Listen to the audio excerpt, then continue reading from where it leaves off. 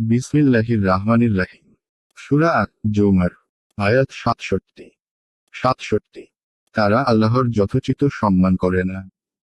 কিয়ামত দিবসে সমস্ত পৃথিবী থাকবে তার হাতের মুষ্টিতে এবং আকাশমণ্ডলী ভাঁজ করা থাকবে তার ডান হাতে।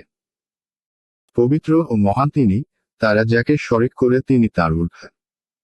আয়াতের তাফসীর। ওরা আল্লাহর যথোচিত কদর করেনি। কিয়ামতের দিন সমস্ত পৃথিবী তার হাতের মুঠোয় থাকবে এবং আকাশমণ্ডলী থাকবে তার ডান হাতে গোটানো। 2 পবিত্র ও মহান তিনি, ওরা যাকে অংশী করে তিনি তার ঊর্ধ্বে।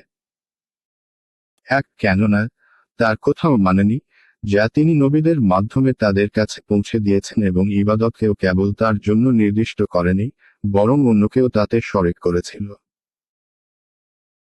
হাদিসে এসেছে যে, এক ইহুদি পণ্ডিত নবী করিম সাল্লাল্লাহু আলাইহি ওয়াসাল্লাম এর নিকট উপস্থিত হয়ে বলল যে, আমরা আল্লাহর ব্যাপারে কিতাবে এই কথা পাই যে, তিনি কিয়ামতের দিন আসমানসমূহকে এক আঙ্গুলে, জমিনসমূহকে আর এক আঙ্গুলে, গাছপালাকে এক আঙ্গুলে, পানি ও স্থলকে এক আঙ্গুলে এবং সমস্ত সৃষ্টিকুলকে এক আঙ্গুলে ধারণ করে বলবেন, আমি সম্রাট।